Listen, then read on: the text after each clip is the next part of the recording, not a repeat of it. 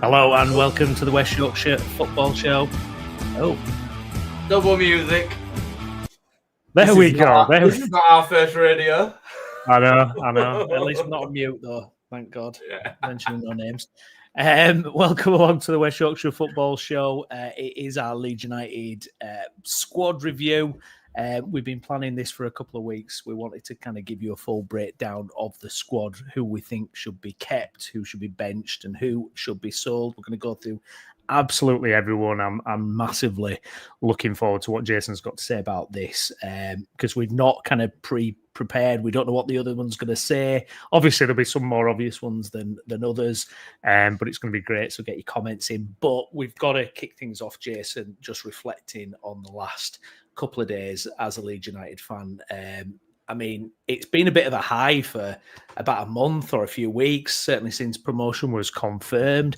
I mean, starting with Saturday to win the game in the last minute, to take the title, incredible. Yesterday, phenomenal scenes in the parade. I mean, it's just mind-boggling, and it just shows you what it means to this fan base, and the fact that, you know, it's 30 years since the fan base has been able to celebrate like that, and you could see it. And, you know, when you look at this club and when you look at the support, I mean, it feels like no other. I mean, we've had more at that parade than I think Man City and Liverpool have seen at their parades for title wins, for goodness sake. You know, it's absolutely staggering, and we're so desperate for it. And it was just brilliant that, you know, as a fan base, we got to come together like that and just celebrate and just live in the moment and really feel like we've achieved something, because those moments are fleeting in football. And I don't know about you, but it felt for me like kind of the full stop on this kind of team coming together, you know, and that emotional bridge has been made now, where I think perhaps previously, you know, it's kind of, at certain times, you know, it's felt like, you know, going through the motions, you know, and not really being attached to the manager or the players. But I feel like that connection is kind of fully there now. And it's, you know, it was just an amazing day, you know, and it's brutal that, you know, these kind of videos have to come out in a way, because it's like, you know, we're going to have to kind of get our thinking caps on, and, you know, who stays, who goes. That is the nature of football. But at least we had days like yesterday, Jason, where we were able to really celebrate it. Yeah, I think yesterday was a culmination of the first promotion under Bielsa and the promotion under Daniel Farke put together, because obviously we didn't get to experience it in the same way the first time around. I think you're absolutely spot on about a bridge being made to kind of a connection to these players now. You know, the personalities have started coming out. 2 years worth of what we've experienced. You know, I keep on seeing the video of Ethan Ampadu bashing the ground after at Wembley last year. It was absolutely devastated. You could see it. Joe Rodon, obviously very emotional, devastated.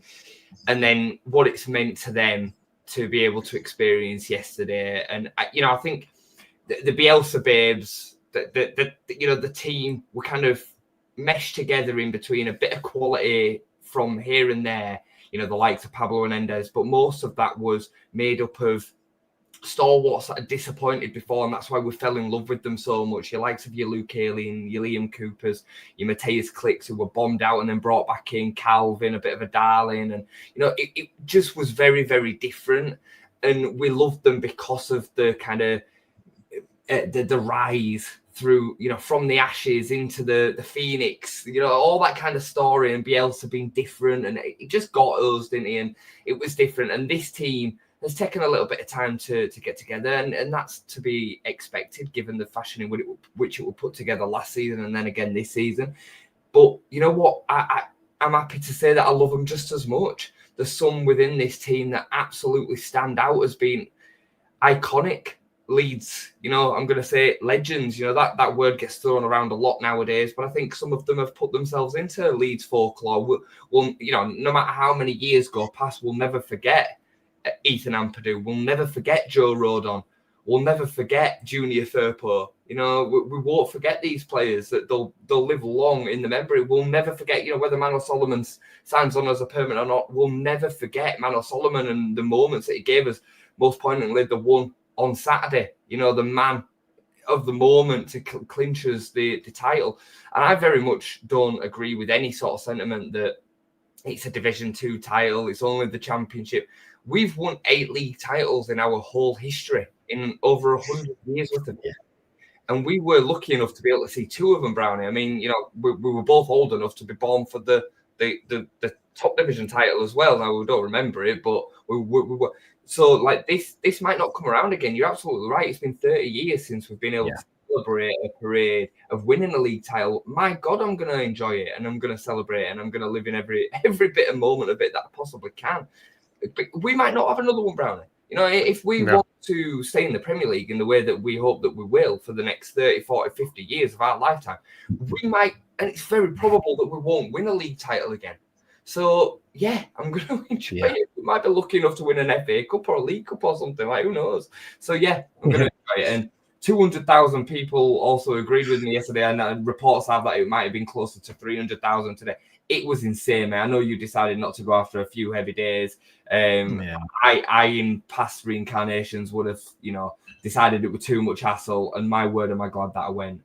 What a sensational experience to be able to just be close to the bus as it went, you know, the buses as they went past, see the boys really enjoying themselves, really loving it, and us being able to give them that level of appreciation. I mean, the feeling that it must be held with inside you when 200,000 people are at your feet, just singing with you, celebrating with you. It was just sensational, man. I got to experience it twice because we ran up from the first. Well, I say ran. we shuffled very quickly as much as we could from like the first period when they went past. We then caught them again on the second street, so we were quite lucky. We got to experience it kind of twice, and then you know we went out afterwards in and around like just different circles of Leeds fans all enjoying themselves. It was just a blessing, and then. And I'm going to stop talking in a second, but I just want to quickly say the fact that the boys felt so safe and kind of protected and you know, at one with the fans, that they could go out into Leeds yesterday, because that wouldn't happen in Manchester. That wouldn't happen in Liverpool. It wouldn't. It just wouldn't. They could go out into Leeds and enjoy themselves with fans. They didn't have to book an MVP suite. They didn't have to separate themselves as footballers. Jayden Bogle, I seen the video of him singing, and he just comes off, I love this club. And it was just like being, you know, hugged by Leeds fans as he went back past. Like, this is why we're so special. And like, just so proud of everything over the last few days, mate. Absolutely loved it. No, spot on. I mean, I didn't make it down, and I'll regret that forever for not going if it is another 30 years. But it was still amazing just to kind of see what was happening. You know, it was just, I was just watching videos all night last night of the players. I had Patrick Bamford on guitar, and he was on Ampadu was, what a hell of a day he had. Honestly, my missus, honestly, football is nothing to her. It does not register at all. And even she was sat watching videos of Ampadu with me last night. I was like, look at what this guy is up to. And I was like, he's just elevated him, like you say, into like legendary status. And you know, it's funny because probably, I don't know, a couple of weeks ago, I watched a little bit of Take Me Home, the Amazon documentary, you know, from the Bielsa promotion season. And I watched it and I thought, I don't think I'll ever feel that way about a team again or a time, but somehow this team and what's happened is just kind of elevated into that stratosphere when I really didn't think it would ever be possible again. You know, fair play to everyone involved. This team would never have been created without the Bielsa team. That goes without saying. It wouldn't. Yeah. But I think that this team lives in its shadow. It lives in Bielsa's shadow a little bit because of how we were made to feel after so many years of pain and suffering and, you know, mid-table finishes, mediocrity, getting excited, and then it just being kind of tossed away. And, you know, so I understand why that team is held in such high regard, but this team is every bit as relatable. I'd say it's every bit as good. I'd say it's better. I've said it before. I know it's hard for some people to hear, but it is technically, you know, in terms of the quality in which we're seeing, the dominance in which we've displayed throughout the season. It's been a fantastic season, and we are so lucky to have been able to experience this team. Like I say, you know, we've had some all right sides over the years in the Championship and shown nothing in comparison to the levels that we've seen this year. To finish on 100 points, 95 goals, the level of football that we've played, the dominance that we've displayed. You know, like I say, every bit as relatable as well. They're a young set of lads who have dealt with the pressure on the back of the pressure that was created last year. They've built on the experience. They've got passion. They've got determination. I think they love wearing the shirt. I think some, obviously, more than others. But, when I think of the likes of Joe Rodon, Autanaka, Ethan Ampadu, Jaden Bogle, Junior Firpo, Dan James, I think they really, really love the club. And that's all we've ever said that we wanted. So, even some of the others, and people won't want to hear it, the likes of Brendan Aronson, who's come back and done his job this year. Like, what more could you want from a set of individuals? Yeah, absolutely. Well, here comes the brutal part, and it's the aim of the game for tonight's episode. We're taking a complete look at the Leeds United squad, and we're saying who stays, who goes, and it's tough. I think the emotional bonds are going to be a little bit stronger, and probably when we're all a bit worse for wear over the weekend, would have been like, give 5-year contracts to every one of them. Sam Byram, go on 5 years, you can have it, mate. But in the cold light day, we know that it's not going to be that way, and there's probably going to be quite a few of those players that were on that open bus top parade that are not going to be there next year, despite how kind of strong those bonds are, how we feel about them, and how they feel about the club. And hopefully it served as an amazing swan song for some of those players as well. I'm glad they've had such an amazing time, if it is the end as well. But we're going to crack on. Guys, get your comments in, like the video if you haven't already. Let us know what you think of our choices and what you would do with the players that we're running through. Jason, we're going to start off first of all with the goalkeepers.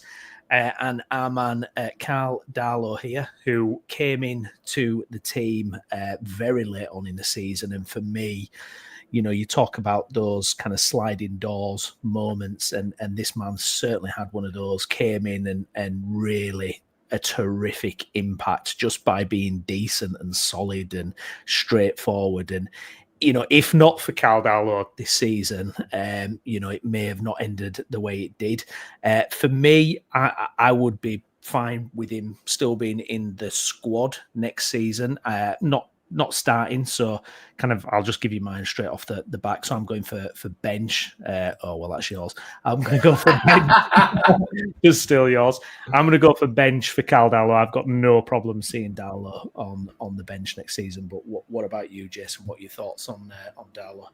Yeah, I think I agree with pretty much everything that he said in terms of the, sliding doors moment, because if that change hadn't have happened after this, and I remember saying it to you, that Swansea moment could have been a massive silver lining, and it turned out that it probably was, because we were undefeated. Then after that, we drew 1 and won the next 6, all with Darlow in, 4 clean sheets, I think, out of that 7. I think that's right. Dependable. I think he had 1 moment in the 7 games in which I was right in front of it when he came flying out for that punch at against Preston at home. But that side, he was, commanding, dependable. You saw the defence change when he was there, the confidence that they got with him behind them. It changed everything. So I absolutely think, I don't think it was just a coincidence that our fortunes in terms of that run changed when Darlow came into the team. Now, I'll put mine on there as well. I am going to say a bench. However, I do think there's an angle in which, depending on FFP, depending on where the funds are spent, that I don't think it'd be the worst shout in the world if he was our number 1. I don't think it'd be the worst take in the world. I think we could go out and easily splurge 30 million on Aaron Ramsdale and have no better a keeper. So I think we have to be really, really careful with how we actually spend that money in that area. If there's a keeper of significant improvement, then yeah, sure, go and spend 20, 25 million, because that's what you're going to have to spend to get a top quality keeper in the Premier League. I don't really want to go down this route that Ipswich went down, where they had Muric from Burnley, and then they went and signed Palmer in January, and they still only had a Championship goalkeeper. Do you get where I'm coming from? So I do think there's an angle that he could be our number 1 next year, but I would still say right now, given I don't know the landscape of where the finance is going to be spent, it'd have to be a bench, because I do think as number 1 is going to be massive next season. Massive. Indeed. Gavin is going Darlow bench / third keeper. Well, the next man on the list,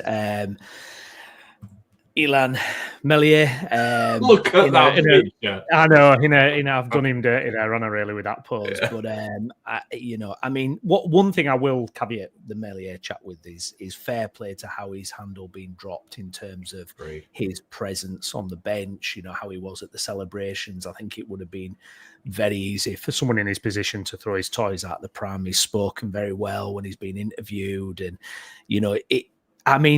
just from a human level, Jess, it must be so tough to be that young and thrust into the spotlight, clocking up 200 appearances for the club and just all that noise around you. So I have a lot of kind of sympathy with him on a human level, certainly.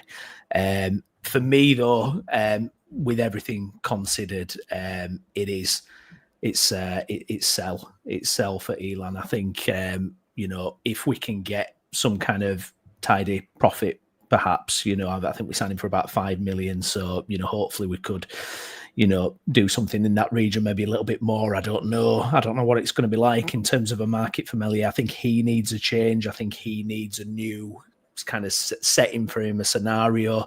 There's probably a lot of kind of data-led recruitment teams out there go, wow, this 24-year-old's made 200 appearances, some in the Premier League. Like, let's sign him. So hopefully he'll flag up and we will get the money. And do you know what I will say is I think it's a real shame because, when he broke into the team and that first Premier League season, I thought, we've got the next big thing going in there. He was talked about as one of your big assets that, of the future. And it's just unfortunately not worked out. And, being completely brutal, he very nearly cost us promotion, with some of the mistakes, and thank God the decision came in to bench him. But for me, Jace, it's definitely 100% sell when it comes to Meslier. Yeah, the regression on Ilan is frightening. It really is. And I don't think he's fully responsible for that. I think, the second Premier League season, the third Premier League season were extremely damaging for his confidence as a goalkeeper. He still shows moments of brilliance, especially from a shot-stopping one-on-one capacity when a striker's bearing down on goal. I do think he's still got assets that, teams would acquire. And I do think fans would be surprised at the attraction that he would still have. Given the level of appearances that he's made, given his relatively young still age, keepers don't come into the prime until 30 to 32, something like that. So he has still got time on his hands. I think we'd probably double our money for him, if I'm honest. I do. I think we'd still fetch a decent chunk for him, likely from somebody in France. Maybe he could go to PSG as a number 2. I know he wouldn't really want that, but he's certainly not going to want to be a number 2 at Leeds either, is he? So... and work for moments there. I do think there's an avenue that we might see him go out on loan and try and rebuild. I have thought that, given the fact of his relatively young age and his low transfer fee, given the fact also he's been dropped towards the end of this year and will probably still need to rebuild some of his value, the club might see it as a bit of a money-making potential to loan him out, a bit like Mano Solomon this year, hope his stock rises and then sell him in 12 months. But ultimately, the option's still going to be sell/loan, whatever that looks like. I think for him, as much as anything else, he needs to go out. You are talking about a keeper here at the end of the Premier League 1 season. If we'd have put him up for transfer, I think we could have fetched 30 or 40 million quid for him. Genuinely do. Given his age, given the performances he was pulling in and the games he'd already played come that point, he was an easily £30 million goalkeeper at the end of Premier League season 1. Easily.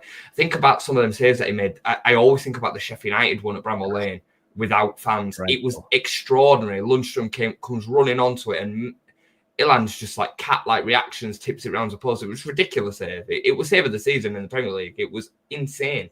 So, he broke Joe Hart's record that year as the youngest keeper to keep X amount of clean sheets. I think it was 19, something like that. He still holds that record. He's, there was an extremely good keeper there. And bear in mind, under Bielsa, we did face a lot of shots. It's not like now when Meslier was achieving clean sheets, he wasn't facing anything. No. Under Bielsa, we did. So, it's a strange one, but he has to go for him as much as Leeds United. Yeah, absolutely. Just rounding off the goalkeepers, then we've got Cairns here as well. Don't need a big chat about this one, do we? No, not a big chat for me. For me, though, it's there's one interesting aspect of this is the homegrown quota, which he meets. So for me, it's a bench jobby just for 100%. That quota. It's an easy win, isn't it, on that front? Yeah, 100%. Same for me.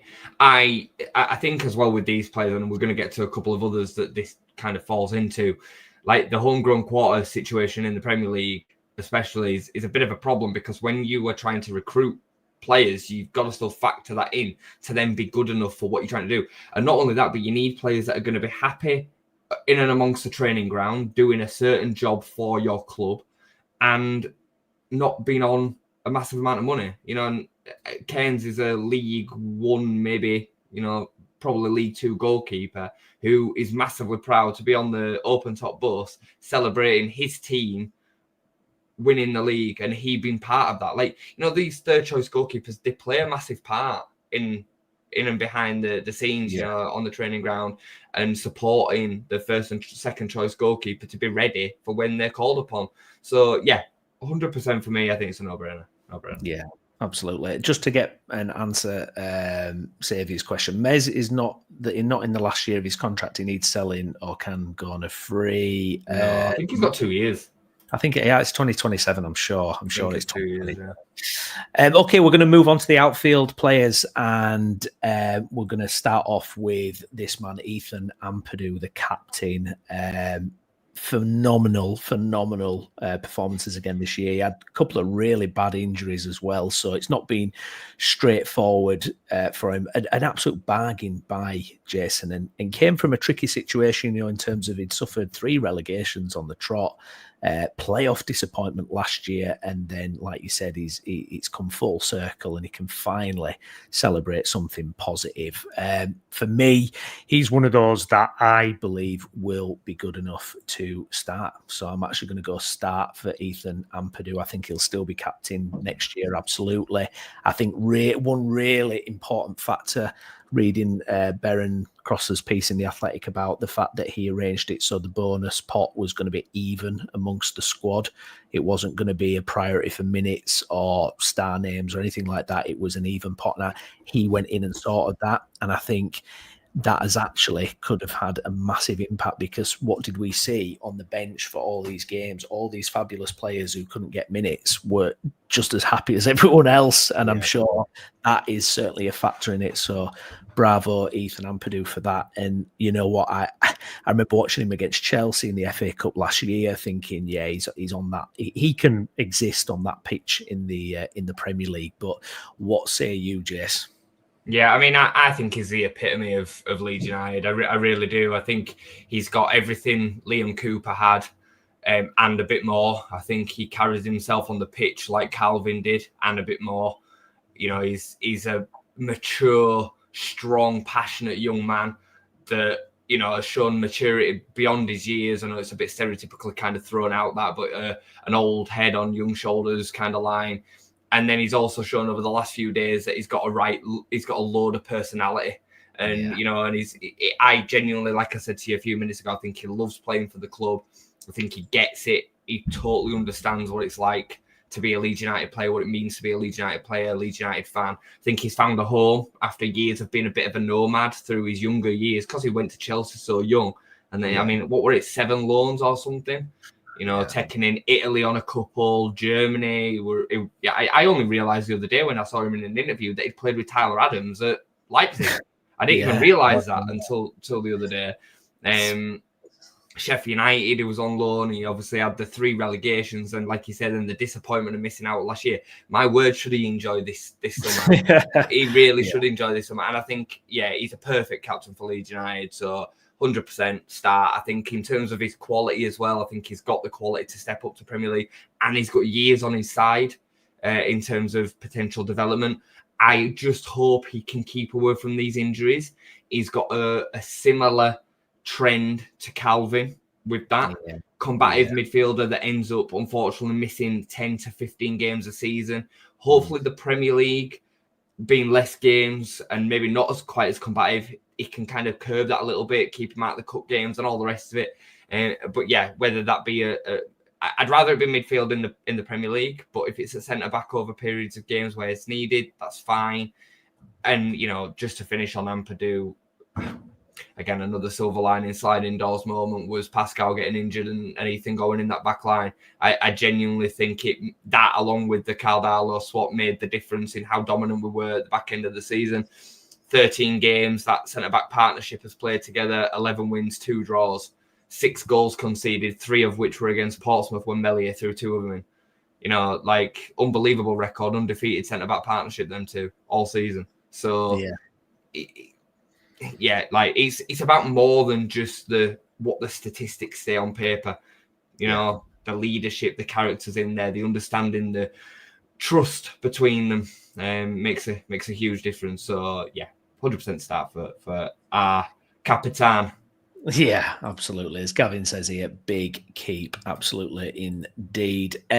Next up, we're going to go for his centre-back partner. It is, of course, Joe Rodon. I'll let you lead on this one, Jason. Tell me about Joe Rodon, but is he good enough to start in the Premier League? Well, before I get to that, I mean, I think Joe Rodon has arguably been the best performer since January, along with Manor Solomon. I think the pair of them have been unreal. Maybe you can throw Jayden Bogle in there as well, because he's been brilliant. I mean, of course, a lot of our players have been brilliant. We finished on 100 points, right? So, it's no shocker that we've had some brilliant performances. But I think Joe Rodon has just been everything we've needed this season, but especially since the turn of the year. He has become the Ben White of the Championship team that we had previously, that marauds out of the back line, passing distribution, on point, commanding, quick, strong in the tackle, ever present, doesn't miss a minute. I'm pretty sure he's played every single minute this season. He's just been sensational, great in the air defensively, can't head a ball at the other end of the pitch for some reason, got 50p head, but defensively he's brilliant. Reads the game so well, passionate, and again, he just gets it. He had the option to go to Leicester or Ipswich in the Premier League. He acknowledges that in interviews himself. It's no secret, and he picked to come back down to the Championship to play for Leeds United and get the job done. Even though he was on loan 12 months ago, he was heartbroken at Wembley last year. And what more can you want from a player in terms of his technical abilities? He's got everything that you need to step up to be a Premier League centre-back for me. The pace, the understanding the reading of the game, good in the tackle, his passing distribution. He's got everything. There's a reason that Spurs paid the money that they did to take him from the Championship before he was really ready. So for me, he is another starter. I think people watching this will probably be surprised by how few starters we're going. Well, certainly I'm going to end up having. But obviously we've gone through 2 here back to back that are both starters, and for me, you build a team around the likes of Ethan Ampadu and Joe Rodon. The spine keeps some sort of core structure of what we've got this season. So yeah, big start for me. Yeah, I absolutely agree with everything that you've said there. I think the minute he walked in the door, you just knew that this was another level, and well done to the club for getting that deal over the line last year. And it kind of went under the radar a little bit because we lost Archie Gray, obviously, and it kind of, I felt a little bit sorry for Joe, actually, because it was like there wasn't that big of a deal kind of, that he was coming in. And I think it was probably actually taken for granted a little bit. And, I even remember some rumblings of other, European defenders coming in case we couldn't get Joe Rodon. But, he personifies everything you want from your central defender in the club. Just the way he puts his body on the line, his passion, his aggression, what he can do technically, for me, is absolutely vital. He's a captain as well. He's clearly he's another captain on the pitch, a big voice. And I wholeheartedly agree, Jason. It's 100% start for me for Joe Rodon, and it's going to be interesting, because like you say, I don't think there's going to be too many starters potentially, but he is absolutely certainly one of them. Can I just say before we move on from Joe as well, he would 100% have started nearly every game for Spurs if they'd have kept him this summer. 100%, because of how in the mud they ended up been, especially in that position. Bear in mind they had Archie Gray playing at centre-back for most of the year. Idiots for letting Joe Rodon go. That's the only thing. It's like, were you not watching this guy at all last year? He'd have played nearly every game, mate. He'd have played every game. And I can tell you another couple of teams that he'd have played every game for as well. I'm looking at them across the Pennines. Absolutely. He'd have played every game for them. You look at their centre-back options, he's better than them all. I'm telling you, he is. You know, Wolves, I'd add them to it as well. Any team within the bottom half, he'd have played 25, 30 games this season. He's a top centre-back. So, yeah, we're lucky to have him. Is he 26? Like 26, 27? So he's like kind of... might even be a little bit younger than that. I'm like 24, 25, I thought. Prime. That's an absolute prime. Gavin poses an interesting question here, though. Is there an argument that Ethan stays at centre back? It makes me laugh, does this? Because like I people saying about Ampadu coming back into the centre back, not his position. And yes, I get it. It's going to be different in the Premier League. We both said Ethan to start, Jason, but is that centre back role for you? No, it's not. Like I think I love Ethan Ampadu, and I think every day of the week at Championship level, you play him over Pascal Struijk, or you go and get another better centre back. The one that's maybe a little bit better in the air. I think Ethan's manageable in the air, but he's only 5'11". He's got deficiencies in that area, and I think he plays at centre back like a midfielder. He tries to nip in every time in front of the player to get the ball. You can't always do that. You just got to front the defender up. Think about the goal at home to Sunderland against Isidore. Isidore, I think that's how you pronounce it. He spun him. Like, that's going to happen a lot more in the Premier League, and I would worry about his overall game in the Premier League. At Championship level, it's going to get you through near every game. Premier League, it won't. So I would want to see a replacement in there. And then Ethan go back to his more natural position in the midfield. But if he has to fill in at centre-back because of an injury, I'd be fine with it. You know what I mean? But I think if you're really thinking about it logically, I don't think it makes much logical sense to play him at centre-back in the Premier League, personally. Yeah, good stuff. Next man on the list, going to be an interesting one, this. Pascal Struijk. I loved it when he had his 2 winners' medals on, by the way. That was class. I love that. A man who, I would say splits opinions, but he kind of is obviously quite a popular player amongst the fan base. I think there has been a little bit of a kind of waking up, though, amongst the fan base with him in terms of how much better we are when he's not in the team, frankly. I won't give you my kind of final verdict. I want to see what you have to say first, but it's interesting with Pascal because there's 2 trains of thought here. If we sold him, we'd make a nice little profit with that, and it'd look good for PSR, and it may open up other doors for us, financially. But then I'm thinking, well, does he meet the homegrown quota? Because what do you have to do because he was with us when he was 18, wasn't he? We signed him from Ajax really young, didn't we? I don't think he would class as homegrown. But he might, because I think the rule is something like trained for 2 years between the age of 18 and 21 in this country, something like that. So he might is the honest answer. I don't know that. And I do know that he signed young. So yeah, I can understand that conversation being had. What do you think of him as a defender going into the Premier League? Is he someone that you would want to see in that team, in that squad? Joe Rodon gets an injury in the 5th minute of the first game, Pascal's warming up and coming on. Is that what you want to see? What's your decision on this guy, Jess? You're setting me up here because you know why I think of Pascal. This is such a leading question. Anybody watching this is going like, oh God, I know where this is going. I hate hating on him, and it feels like I do. Yeah. Sexy pirate. Been around a long while. When he came into the Championship side, it was a little bit difficult. I always remember one of his first appearances being Cardiff at home, and I were there that day, and we ended up with 3-0 up to end up drawing 3-3. We're an absolute gut punch. He came on I think, did he come on at centre back that day? Yeah, and it was like, who is this guy? What? Yeah, I couldn't even all over. It first. I was like, it was all over the place. Yeah, we'd heard a little bit about him, and then one of his first appearances on the bench, he ended up coming on. He was awful. He was so bad that day, and we ended up getting lucky to even get out of it with a point with the way that the game went. He then came into the side at the back end of the first Premier League season alongside Diego Llorente and was brilliant. He was absolutely brilliant. He's a massive presence in the box from an attacking sense. He's a real threat. He is by far the biggest threat from an attacking set piece that we have in the whole squad. The whole squad, without a shadow of a doubt. The 2 goals against Sunderland this season show that at Ellen Road. I mean, it was an inspired sub by Daniel Farke was that one. I don't think he really brought him on for that, but it did give us a bit more of a presence in the box. And it showed, Rothwell to Pascal twice. And he ends up scoring both goals to win the game 2-1. So without a doubt, he is, but he's not playing to score goals and he's not playing to play up front. So for me, there's no way that we can trust Pascal as a defender in the Premier League. Since the end of that first Premier League season, we've seen how deficient he is in the Premier League as a defender.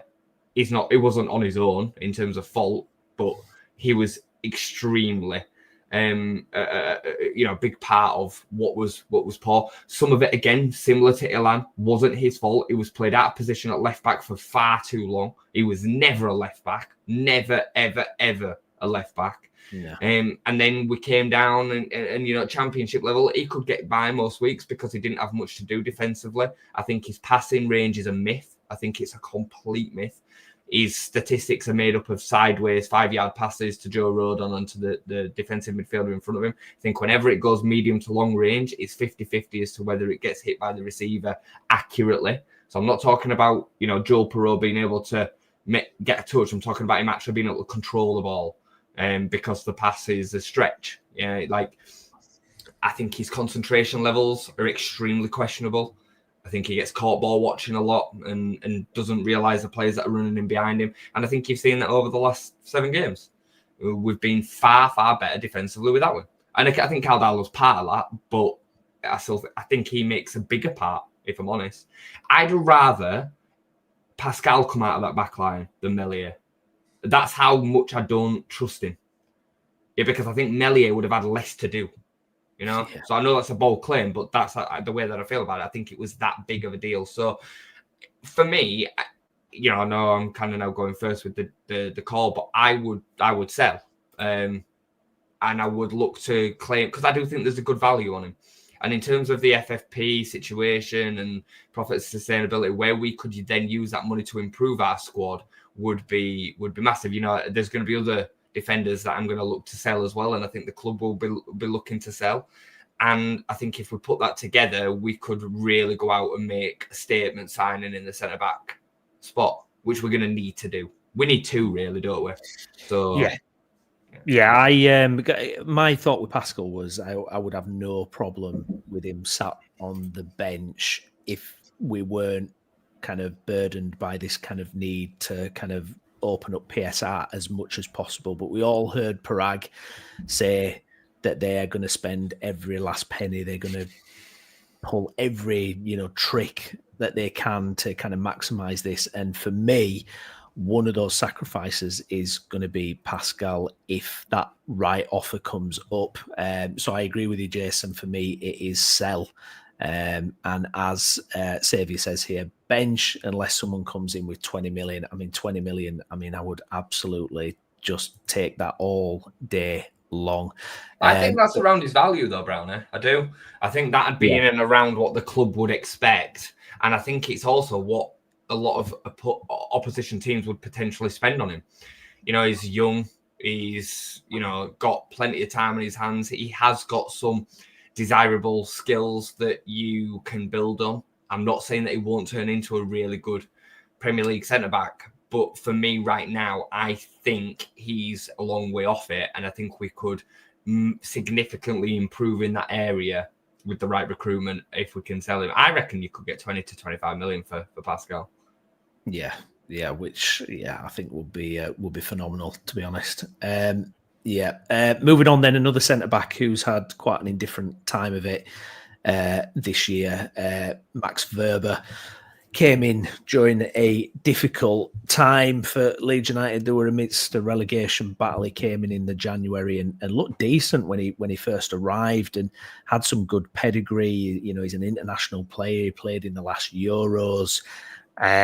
I think it was a little bit of a surprise that he came back to the club and was willing to go again. But fair play to him, he did. He stuck around. It's just not happened for him. He's just not been able to stay fit. He's had a lot of injuries, and that is my main concern with Mr. Verba, is that he just cannot stay fit. I think he needed this season. I always thought if he can get in ahead of Pascal, that's what I thought. I really thought, God, that's a quality player to have in the Championship, is someone who's just played in the Euros. I thought if he could get that position away from Pascal, he might be able to forge out something with us. And, you know, every now and then, you know, I know he has a couple of goals for us, and you see these little bits of quality, quite versatile as well, you know, playing at left back. But ultimately, can't rely on his fitness. I'm not 100% convinced he's Premier League level. So for me, if we can make a decent profit on him, or at least get some money in the tills, it's a sell for me. What about you, Jason? Yeah, I at the beginning of the season, I made bold claims that if he got in over Pascal, he would see the rest of the season out. And I still actually think that would be the case based on what we've seen from Pascal this year. But Max hasn't shown enough to be able to stay fit. The performances that he has had at centre-back have been poor. Middlesbrough earlier on in the season in the League Cup, I mean, none of them played well that particular day, but he was particularly susceptible as well.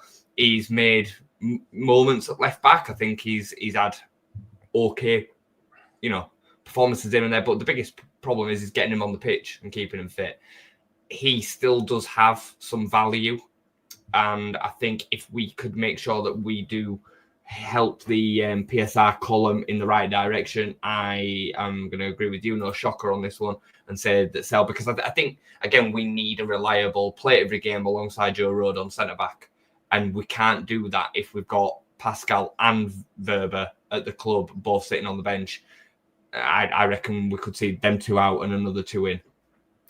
Yeah, Gavin here, wobbler. I mean, and you know, it leaves a little bit of a bit of depth that we got to cover there, like you say. I mean, if you're talking about Ampadu not playing centre back, if you're talking about selling Struijk and Verba, you know, that's some ground to make up in that department, isn't it? Ampadu needs to be the fourth choice centre back. We need 3 first choice centre backs. Ampadu is the emergency fourth, and then another youngster coming through, not DeBio maybe, depending on the levels, but somebody else that maybe even we recruit to just play 21s, but could potentially step in for cup games, etc. You know, you go and invest in somebody with bags of potential. Maybe Montero steps up. He's had a back end of the seson, good for the 21s, who we were all expecting loads from. Maybe he can step up into that position. So, but it does. You're spot on. You're absolutely spot on. Moving on to the fullbacks, then, is one of our own, Mr. Sam Byram, who came in at the start of Farke's reign. Knew Farke very well, obviously, from his time at Norwich. Was a free contract. Again, homegrown quota. So, you know, he ticks that box there. And you know what? He's been so solid and dependable as Sam. And I find it a really kind of nice bookend, the fact that he started with us and he was one of those players that we had to sacrifice, you know, because we were in turmoil and chaos. And it was fantastic from us first time round. It was a little bit of a different Sam we got this time. But, you know, I even remember from his pre-season game where he was basically playing for his contract, and you could just see that the desire, you know, and him wanting to do this. And he's played a massive role. And Farke obviously really rates him because he's been his go-to guy. You know, time and time again, Byram has been the man that he's picked. Despite all that, I don't want to see him in a Premier League squad for Leeds United going next season. The homegrown quota thing is probably the only thing in the column for me that would potentially keep Byram. But I'm sorry to say, for me, it is sell. Jason, Sam Byram, where do you stand, mate? I echo everything that you just said in terms of, I think he's been criminally underrated. And because he's played at left back and he offers us so little going down his left side in comparison to Junior Firpo, I just think he gets hit with a stick. Yeah. He's there to do a different job when he plays. You know what I mean? Like, it's not the same. Considering his injury record, considering what he's had to go through, he has done unbelievably well to offer us what he's offered us over the last 2 years. I think it's something like 60-something appearances, which is pretty good going. Never have thought. I mean, I don't think he's been injured at all in the 2 years that he's been back. He has a special machine that he has to get on to help him get through. And you're right, he had to play for his contract. And you don't really hear that at the top end of the Championship. That's something that you'd assign to a League One or League Two, like trialists coming in and playing for a deal. And he's done unbelievably well. And it makes it even more special that it's 13 years after he left that he had this. He always wanted to go up with Leeds and he's achieved it. And, the lad's had a very, very good career. I'm going to disagree with you slightly. The homegrown quarter thing is real. I also think that experience is vital. He's got Premier League experience. He's got Leeds United experience. I think he's somebody good for the dressing room. I'm not about being sentimental. I'm not saying it's that. But I remember the Premier League squad that had 14 or 15-year-old Archie Gray on it. And, McCalmont and, the players that just shouldn't have been anywhere near a Premier League bench. Now, Sam Byram on $7,000 a week is what he's reported to be on, would be a real valuable asset to have in and around the club and the squad. Just like I say, training, coming into the bench when you've got 4 or 5 injuries and a couple of suspensions. He doesn't mind the fact that he's going to be sitting in the stands most weeks and not even making the bench. You need players like that. And where do you find them that are homegrown, that are quality, that have got a bit of experience? You can't. You're looking at the kids. You're looking at Harry Gray at 16. You know what I mean? Like that's, or the other young lad who's played a couple of Chambers this year. It's one or the other, because most first team footballers are not going to be happy sitting in the stands. Most are not going to be happy sitting on the bench, and Sam knows he's not going to play every week. So for me, I'd keep him as a squad option for this year coming. I would, because it'd allow us to go and spend the money that we need to spend elsewhere without having to pad the squad out with risky, injury-prone players that are going to be on triple the money that Sam's probably on to fill a 3rd or 4th choice fullback spot. So that's how I see it. I don't think there's much sentiment attached to it. I think it's just talking with a little bit of sense, if I'm honest. Yeah. Gavin, Sam, thanks and goodbye. But Sam can probably extend his career in the Championship. Wrexham with Pat. Yeah, you never know, do you? I just think that people have to be careful how much surgery they think that needs to be done all at once.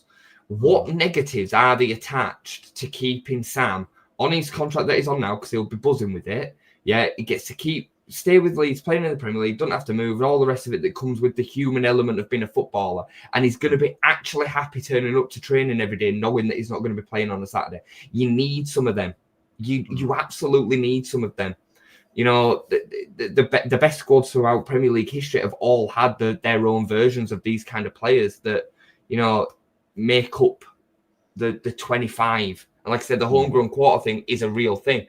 So, yeah, I don't understand the kind of, bearing in mind what he's on and what he would, what it's going to do. It's not going to stop another player coming in. You know what I mean? Yeah, I get that. And I think it's the homegrown thing is where I'm kind of going, or do you just kind of give him a pass into the squad? I don't know. I get what you're saying, and I do agree with a lot of it. But for me, I think he will be one of the first we see released. I think there'll be a release list, and I think he'll be bang at the top of it. I really do. There's been a few rumours about it anyway, hasn't there? I did read something earlier. I'm just going to say, Browney, how are we only on Sam Byram and we've been going for a minute? We probably need to speed some of these up, though, because I've got to at midnight. Yeah. We're just on to the strikers at 1 a.m. We're just getting there. A man who, what a season. Jayden Bogle, absolutely fantastic season for Leeds United, and another bargain buy, really. 5 million. Sheffield United, our very own Cafu. I mean, he's just been absolutely phenomenal. A couple of occasional dips, but it's football. I mean, Jesus, it's not going to be 10 out of 10 every week.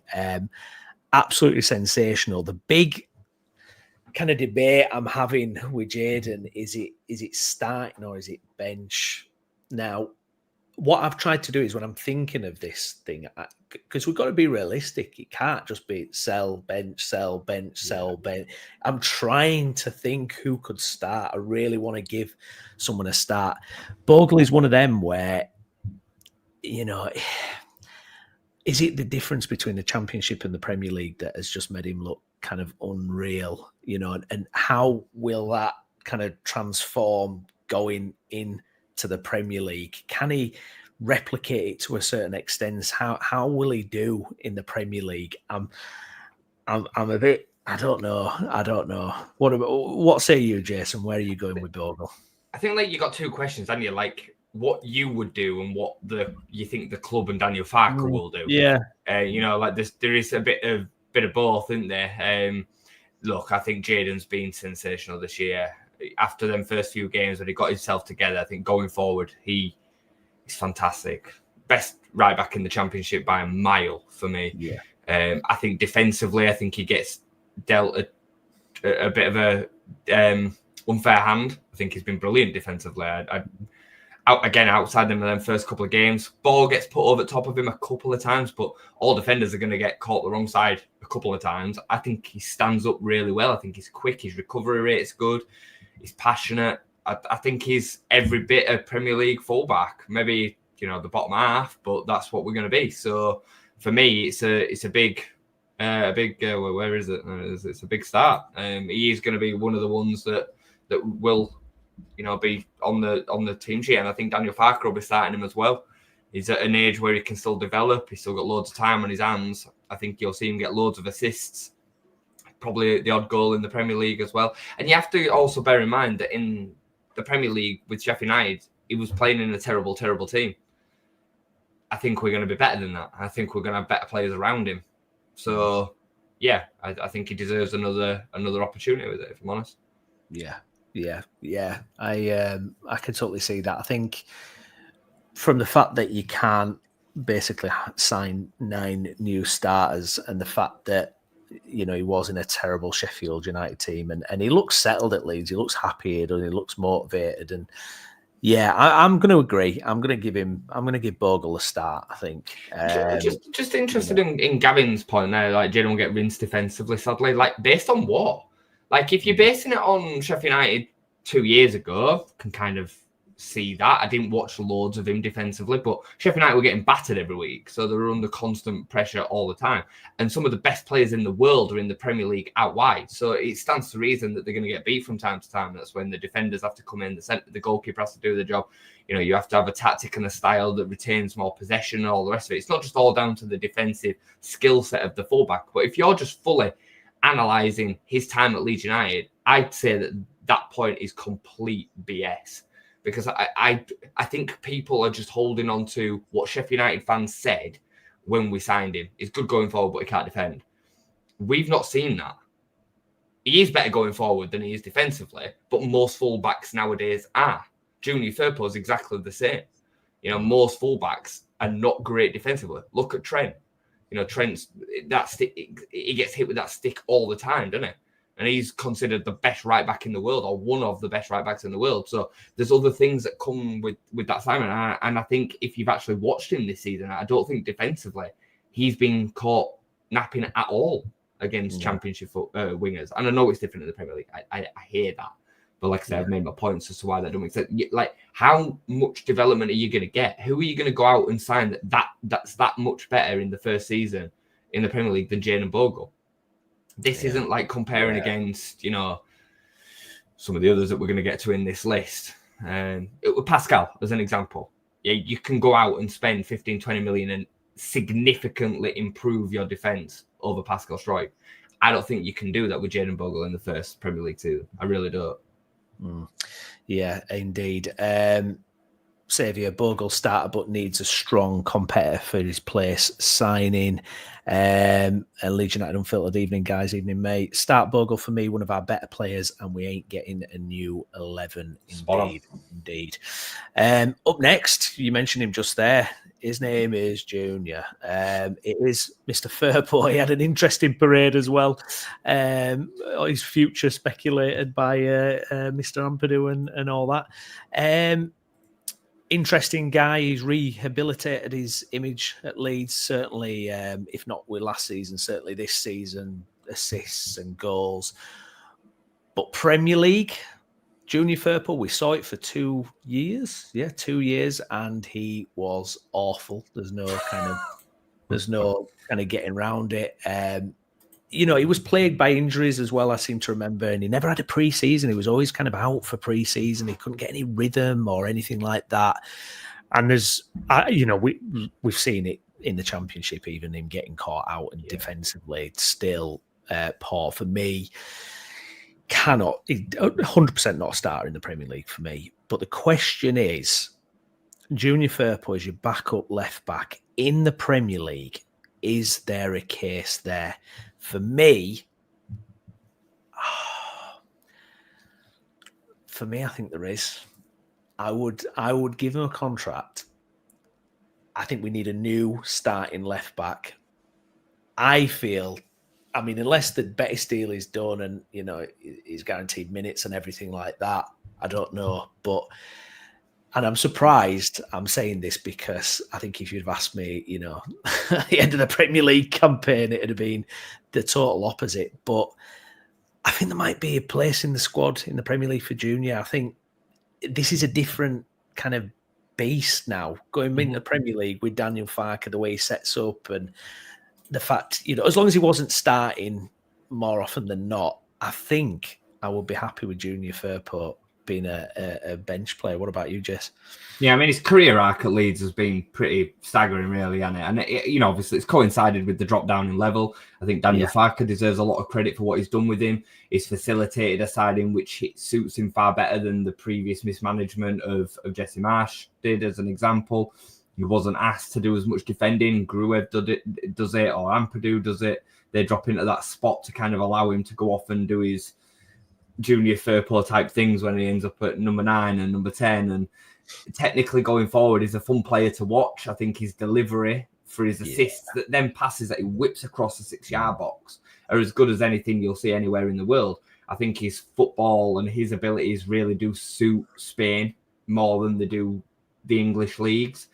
And you saw that at his time at Betis before. And then, Barca, he struggled with injuries. Leeds, he really struggled with injuries. He's come out recently and said about COVID hampering him on several occasions during his 2 years in the Premier League.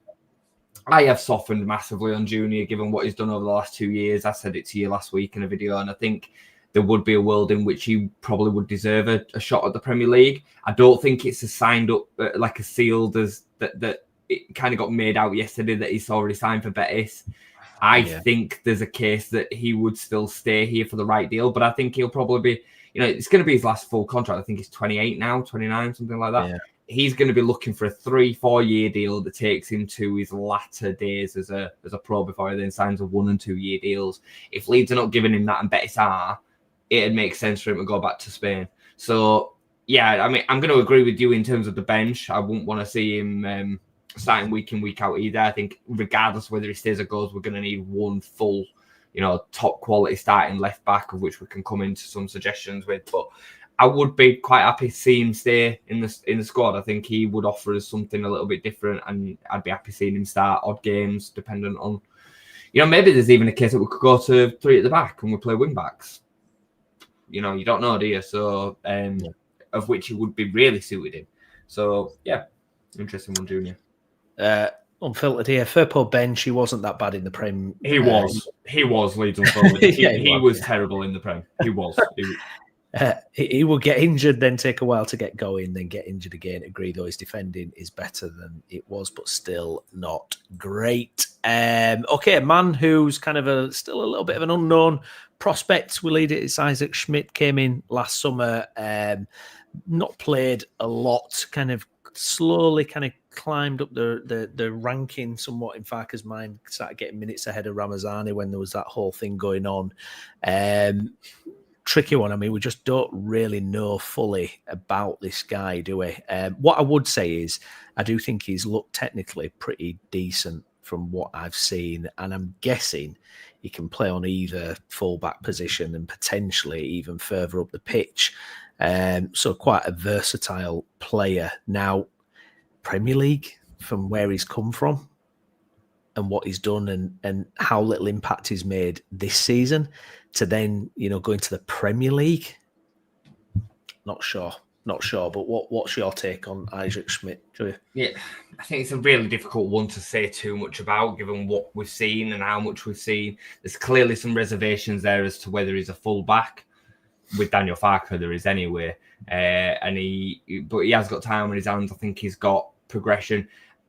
It depends on him a little bit. Is he going to be a problem if he's not playing that much? If not, and he's happy with trying to earn his minutes and build into a Premier League player, I'd be saying, you know what, let's keep him as part of the squad. We can't replace them all, and you're going to need some bench and some squad depth options. So for me, I'd probably say bench, but it depends on where he will then, how he will be. We have to be signing better for the starting 11 than Isaac Schmidt is right now. And hopefully he develops and gets better. So yeah, that's kind of where I would sit. Yeah. I'm going to go bench. I'm going to go bench for Schmidt as well. I think we've not really seen the opportunity, or we've not seen him much. So yeah, definitely a bench for me. Gav, let's have a look. Isaac keepers, we simply don't know. Unfiltered, yeah, Schmidt bench looks promising, but not a starter. Moving on into the midfield. It's I think his birthday today. Actually, it's Ilya Gruev. Oh, lovely! Just covering your face with these. Just do that. Yeah, if you can do that. Ilya Gruev, Jason, very interesting player. I'll give you my kind of take straight away. He's when you watch him play, sometimes he looks a bit awkward, and when you see him moving with the ball, and there's been a couple of times in his Leeds career where you kind of left scratching your head, going, "What does this guy actually offer?" But then, there's times when he's been phenomenal in that kind of role of recycling possession and filling up gaps in the pitch. And, he's only 24. He's only turned 24. I was shocked when I heard that. I thought he was about turning 26 or something. And, you wonder what development is left in there. Would I want to see him starting? Absolutely not in the Premier League. I think physically it's going to be, tough for him. In that central midfield playing against, Premier League players. But, as a bench option, possibly. So that's where I'm going. I'm going bench for Gruev. What about you? I think he's a really, really funny one. He's probably the player within the starting 11 or the regular starting 11 that I would say has the most limitations on him stepping up to the Premier League. Even though I don't think he's the worst player within the 11. I think quite often he's always a 6 or a 7. He's a really consistent performer. He does a job in there of which is recycling play, plugging holes. His reading of the game is extremely good, but he's got major limitations when it comes to his body positioning, his foot, his ability to be able to do anything on his right foot. His pace is a real problem for me. Like he's very, very slow for a midfielder, that's going to be expected to get around the pitch a little bit. So it's a funny one because it depends. For me, it depends on the money that would be potentially up on offer. Dortmund were after him a year ago, and we managed to rebut that. If 20 million was there, my answer would be sell. If it's not, it'd be bench. And I think he could potentially develop into something that we would need within the Premier League with certain games and certain phases in games. I think going away to, a Liverpool or whatever, you could totally imagine Gruev just doing a spoiling job in and amongst that defensive line to try and keep them out. And I could see how that could work. So, yeah, it's a real funny one.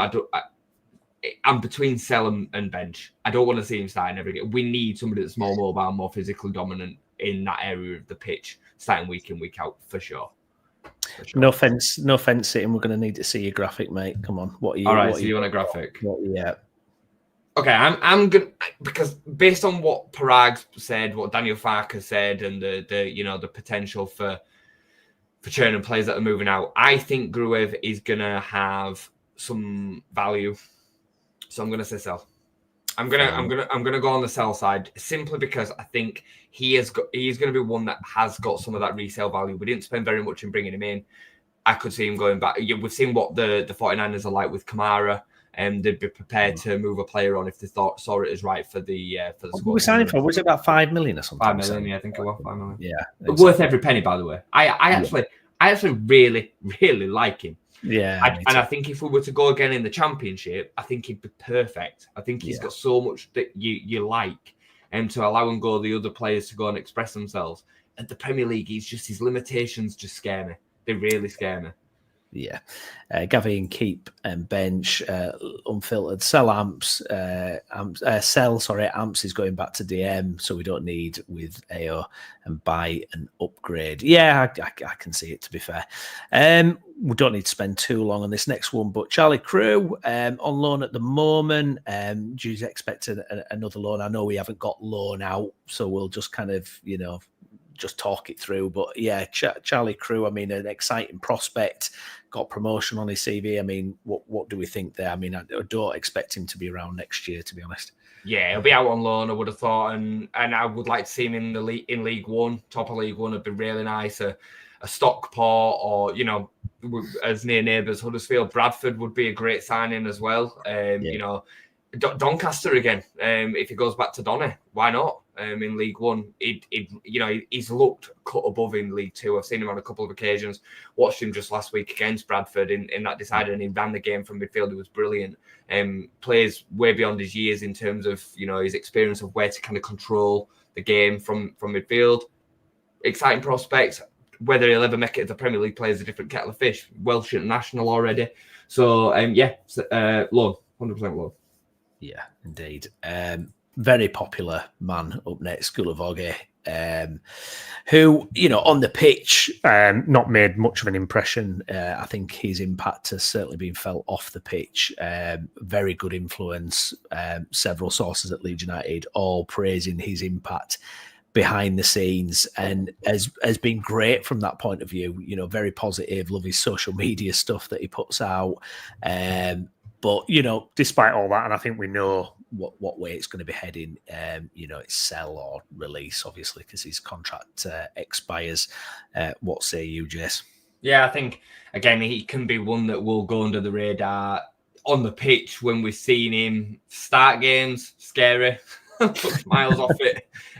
When he's come off the bench and done a role, I think he's actually got the record for most wins in a row playing for Leeds United, because he always comes on to see out games where we're winning. Again, I mean, could he fill a role where he's all happy sitting in the stands and coming in when we desperately need him? I doubt it. I think he filled a very particular role for us at the time, and I don't think it can be understated. It allowed us to have an option off the bench that we just didn't have. So yeah, I'll always look back on him quite fondly. I would say release. But you know what? If he were happy to sit in the stands and fill a spot and do that cheerleading role again, I wouldn't be opposed to him staying either, to be honest. Yeah, indeed. Up next, slightly different with this guy, obviously, because we've got him on loan. It's Joe Rothwell. Probably one of the players that I've enjoyed watching most this season and surprised me the most, I think. I think he's been absolutely terrific this season, set pieces and the way he progresses the ball. I think he's been absolutely, incredible on that front. But Jason, would you be looking to make it a permanent deal, or would you be fine with him going back to his home club, Bournemouth? I think this is such a weird one, Rothwell. I mean, for starters, he was definitely the surprise package of the year. When he came in and starting games for Leeds, I was blown away with the level that he was at. I thought he was going to be a complete squad option, last 10, 15 minutes, come off the bench, can zip it from distance, decent from free kicks and set pieces, and be an option. When he started starting games because of the injuries, I was like, this guy's levels above what I thought it was. He is a top championship footballer, like the real top. He's the Dwight Gale of midfielders. He really is. Like he's too good for the championship, but he's probably just not good enough for anybody outside of who's going to finish in the bottom three. That's the problem. He's not got that gear change, and he's also 30, so he's not got the development time. No. I think he'd end up costing us the best part of 10 million quid. If he was already a Leeds player, I'd be saying bench. 1,000,000% I'd be saying bench, because he'd be a great option. But the fact that we're going to have to go out and spend some of that very well-needed budget on him makes me say it's a sell or a no signing. And so I know it is a difficult one, because the player bench option would be brilliant, and that's why I think Bournemouth kind of found that position with him when they first came up. He's had this situation a couple of times before. Southampton took him up but didn't want to sign him either when they got promoted. And I feel a bit sorry for him, because I actually think he deserves to find a home where he's loved. Not that he wasn't loved this season, but you know what I'm trying to say. Like, he deserves something. It's a weird place, but it's a weird place for those kind of loan players, isn't it? Who just kind of get loaned to the team that go up every year. Like, all right, but you're not coming with us. Like, it's like, you got us over, but nah, party's over, kind of thing. And it is harsh. Well, if he was with us permanently already, he would 100% be one of the first bench options, because he would be good off the bench and to fill in for injuries. Like, he has got something about him. So I don't think it's just as cut and dry as saying, no, he's not good enough. It's the fact that we'd have to go out and sign him. That'd be the real money.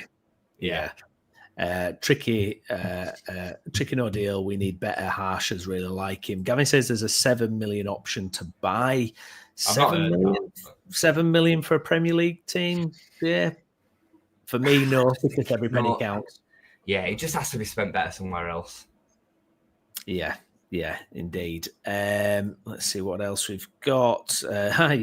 Interesting one there, Savvy. If I were Parag, I would be recommending him to Rangers. Watch out.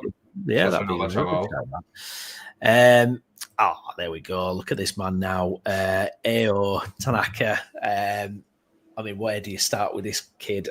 Came in for an absolute bargain. If you can find me a better bargain in world football, I'll be amazed. A couple of million for this guy. Came in and just looks like a Rolls Royce. Absolutely superb. Had a slightly wobbly patch, kind of, when the pressure cooked up, and, as all players do, dip in and out. But has been absolutely phenomenal for me. Kind of a big part of the difference this season, I think. The way he controls games, the way he kind of immediately was up to the speed of a game. He was absolutely fantastic, and I would be willing to say it's a start for me for Ao Tanaka. Jason, where do you stand on the Japanese international? Yeah, probably the upgrade of the season. I think Solomon has been an upgrade on Somerville personally, myself. But in terms of the like-for-like replacement, the difference between Somerville and Solomon is probably smaller than the difference between Tanaka and Kamara. Tanaka has been everything that Daniel Farke's system needed, in that role, that 8, if you like, alongside whatever defensive midfielder plays alongside him. He can do the 4 role, he can do the 8 role, he can even do the 10 role. He's good on both feet. His game reading is sensational. His technical ability on the ball is brilliant. His passing range is fantastic. The way that he dictates pace, the pace of the game is just brilliant. He can score goals. We got none from Kamara last year. Even though we were like, Kamara, just please shoot. Like, just from time to time, just please. Like, Tanaka won goal of the season, that whipper against Hull. I think he finished the season 6. He had everything about him, the deft header against Sheffield United, the little flick, I can't remember who that were against, but, he's technically a very, very good player, tenacious, on it all the time, combative, likes to tackle. He's a Premier League midfielder, mate, 100% a Premier League midfielder. If we hadn't gone up, he'd have been the first that had signed for a Bournemouth or, Brentford. I can imagine him in Brentford. to midfield straight away. So 100% start. And yeah, I'm looking forward to seeing how he acclimatises to the Premier League. Really looking forward to seeing how he does. Yeah, absolutely. Can't wait for that. Next up, this is one that definitely divides opinion. It is our American boy, Brenden Aaronson. Fascinating to watch how it's unfolded for Brenden with his Leeds United career. Left under a bit of a cloud, obviously, a relegation season, and got a terrific offer to get into the Champions League with Union Berlin. I think most of us would have picked that option. However, obviously, a lot of the Leeds fan base not happy, and I remember him getting booed at the pre-season friendly against Valencia in the summer. But he very quickly announced that he wanted to make it work at Leeds. He wanted to try. He wanted to turn it around. And he's achieved really what he set out to do. Played practically every game. It takes a lot of criticism, a lot of stick. Every stream we do, there's people coming on saying he needs to be out of the team and replaced. For me, he's been, really, really top at times this season. I really do. I think he's been at championship level. He's been absolutely spot on, and I think there's a reason why Farke has relied on him so much. We know he has technical deficiencies. We saw that against Plymouth. We know that. We spent a lot of money on him. Nearly 30 million, 3 years ago, whenever it was. So if you sell him, how does that work? Does that even, make much of a ripple? That confidence. Do I want to see him starting in the Premier League? No, but I can see a world in which he kind of gets into the team more than perhaps people think. That energy, those energy levels, and the pressing and the winning the ball back. We saw it Premier League year one. We saw it when he was, his first season in the Premier League. He was still, capable in some aspects at that level. So for me, it's bench. It's bench, Brenden Aaronson. What about you, Jess? I mean, he's been criminally underrated this year. Criminally underrated by some sections of the fan base. The facts are some just can't leave the past in the past. I get it. He went off to Berlin. Most players that have done exactly the same thing that he did. He unfortunately came at a time where we were a bit of a mess. The signings that came in that summer didn't help him acclimatise. He should never have been playing the levels of Premier League games that he did in that first season. He was just a kid, really. He was stepping up from the Austrian league to playing in the Premier League every week, and we whipped him. We absolutely whipped him. We left him to a bit similar to the Meslier-Pascal debates. We kind of hung him out to dry and didn't protect his development at all. And then this season, like you said, he's got mad deficiencies. He absolutely has got huge deficiencies in his game that he needs to work on. But he's come back and he's got his head down this season. He definitely has developed in terms of his physical game. The moaning and complaining that he showed the first time around, he did hardly any of that. He just got on about it. He links up play way better than people make out that he does. People just pretend like he loses a ball every time. The facts are is like Joe Perreault loses a ball a lot of the time in them positions. Jorginho Rutter lost the ball an insane amount of times last season. You know what I mean? Like that's what happens in them areas of the pitch. And then you throw in the fact that he is one of the best pressers you could wish to have in that area of the pitch. His energy levels are off the charts. He has got something to offer. You also throw in the FFP situation. It's unfortunately we all have to be accountants with this. It's not just as simple as we sell him and we get 15 million quid on the books for selling him now. Like we don't. We'd be lucky to get 10, 15 million. Would you agree? Probably in and around that. That wouldn't even scratch the surface of what we then would still owe on the books.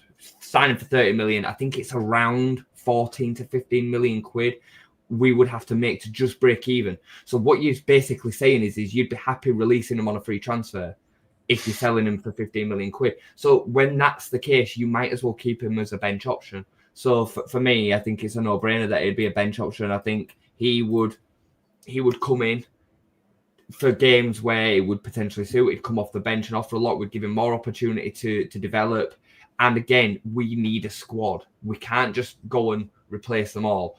I've protected or defended Brendan Aronson all season because I think he's offered way more than people want to admit. They just like hating on him. Every Leeds team I've ever seen has had a whipping boy from the fans, and Brendan's this year's version of that. But do I want him to start in the Premier League? Absolutely not. No, like I'm not. I watch football. I know my stuff. Like I get it. Like I understand the deficiencies would get cut out. We need a number 10. I think he can just offer something as a squad option between the three positions, left, right, and central. Second striker. There's plenty of things that Brendan can do within this squad, and I would love to see Brendan coming on for the last 20 minutes of a game to see a game out. Yeah, indeed. Good stuff. Up next, player of the season, Dan James. Talk to me about Dan James. Would he start for you, Jason, or where are you putting him when we go into the Premier League? Interesting question with Dan. Love him. Player of the season. Always said he scares Championship defenders to death. He should start every game at Championship level. I've had back and forward with people on here, people on social media for 2 years pretty much about him or Willing Onto, and it's Dan James every single time. I think it's a completely different game at Championship level, and he scares them to death.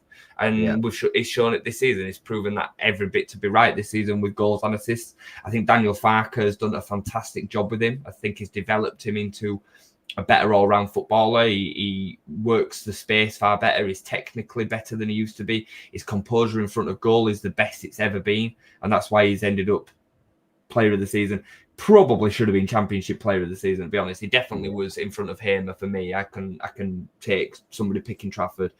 So yeah, I think he's had a brilliant season. Now, the question now comes as to whether he starts in the Premier League or not. I think he will for Daniel Farke. Yeah.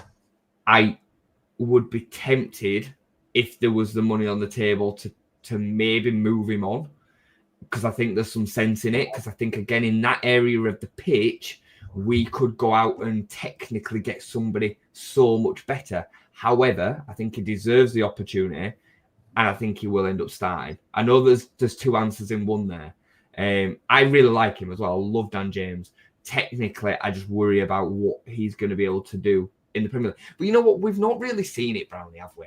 Like, if we're dead honest with Dan James, he spent most of his time at Leeds playing up front for Bielsa and then got loaned out unfairly. So I'd love him to get that spot and prove that he can be every bit that Premier League right winger that we want.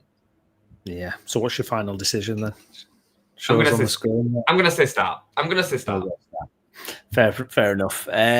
Yeah, it's a real tricky one, isn't it? Real tricky one, because I think, technically it worries me. Technically it does worry me at that Premier League level, but then I think the maturity, he's 27 or something now. He's not that kind of 22-year-old kind of headless chicken that maybe were there a few years ago. It's really real tough one is this. A really tough one is this. If Dan James, I agree with you. I do think Dan James will start for Farke in the Premier League. Yeah. Do I think that's the right decision? I don't want to take too long on this because I know we've been going a while already. But has he earned it? Has he earned it? Player of the season. He definitely earned it. He's definitely earned it. It's whether he can do it or not, isn't it? That's the question. Surely for a club whose ambition is literally just to not get relegated, surely he can have, positive impact starting. Yeah. No, I'm gonna have to go bench. I'm sorry. I'm gonna have to go bench. I'm hoping we're able to maybe do something. I don't know. It might be harsh, that though. I'm not convinced. I'm not 100%. It's funny, Brownie. I understand your reasons for it, and obviously we're going to go through the wingers now. But I think that's the only area of the pitch where they won't look to improve. Yeah. You know what I mean? Others start above him. You're not going to drop Dan James, are you? No, exactly. Because this next man on the list, Nonto. Interesting season. Probably didn't play as much as he wanted to do. And with Willie, you see it in fits and spurts. Popular player, still only young, 21. But we bought him for quite a low fee, and we could make a nice little profit on him. And I think, although technically I think he will be good enough for the Premier League, I'm not sure if the full package is there. And I think if you're looking at it with your PSR hat on, I think if you get a decent offer for Willie, you do sell. That's just my take. What about you, Jess? A really interesting one. I mean, I think the back end of this season is shown a little bit more than we've seen earlier. I think we forget the fact that he's only just turned 21. He's a baby in perspectives. I do think he'll be a better Premier League winger than a Championship winger. And again, I know that sounds crazy, but I just think the way that defenders play at the two levels, it's different. The technical ability that Nonto's got will probably look better in the Premier League. And that's why, 3 years ago, we saw a version of Nonto in the Premier League that we've probably not seen in the Championship since. Like, say, fits and starts, and he's never really been able to displace either side and keep that position over Somerville and James the first season, and then Solomon and James this season. So, yeah, it's a funny one. I wouldn't be in a rush to sell him just simply because I don't think we'd get the money that you think we would. I think there were a moment when the Premier League kind of buzz was still there from him, and Everton were just terrible with recruitment, that they'd have spent 20-25 million quid on him.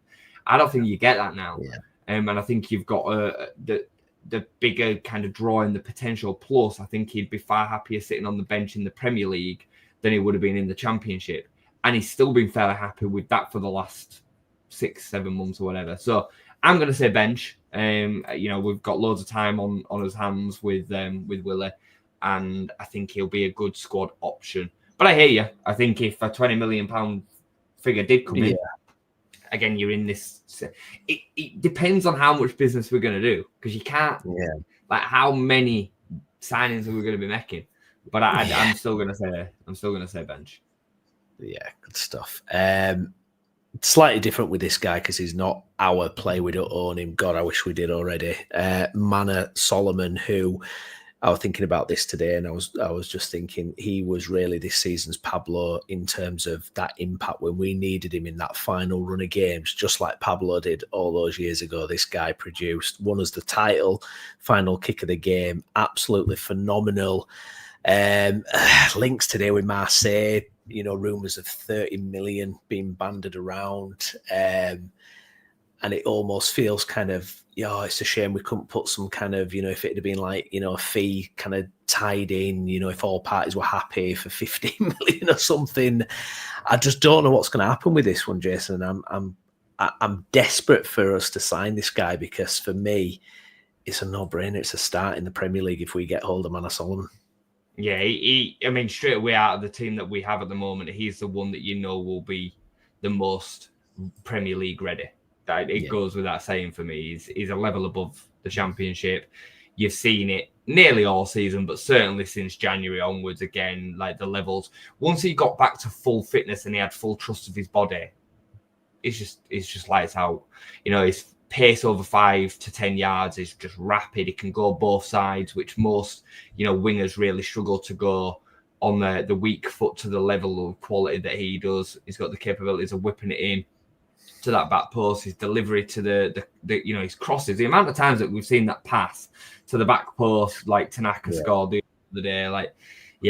He's just a gem of a player. And it's an absolute start and sign for me as well. How high would you be willing to go for it though? Like if it starts to get to kind of 30-35 million, does it get a bit twitchy? And the problem is, like you say, that we don't know what we can spend. Like you say, do we really? There's a lot of rumors, but we don't know, do we? The thing is like whatever player is going to be as ready as Manor Solomon is ready right now to play for us in the Premier League is going to cost 25-30 million quid.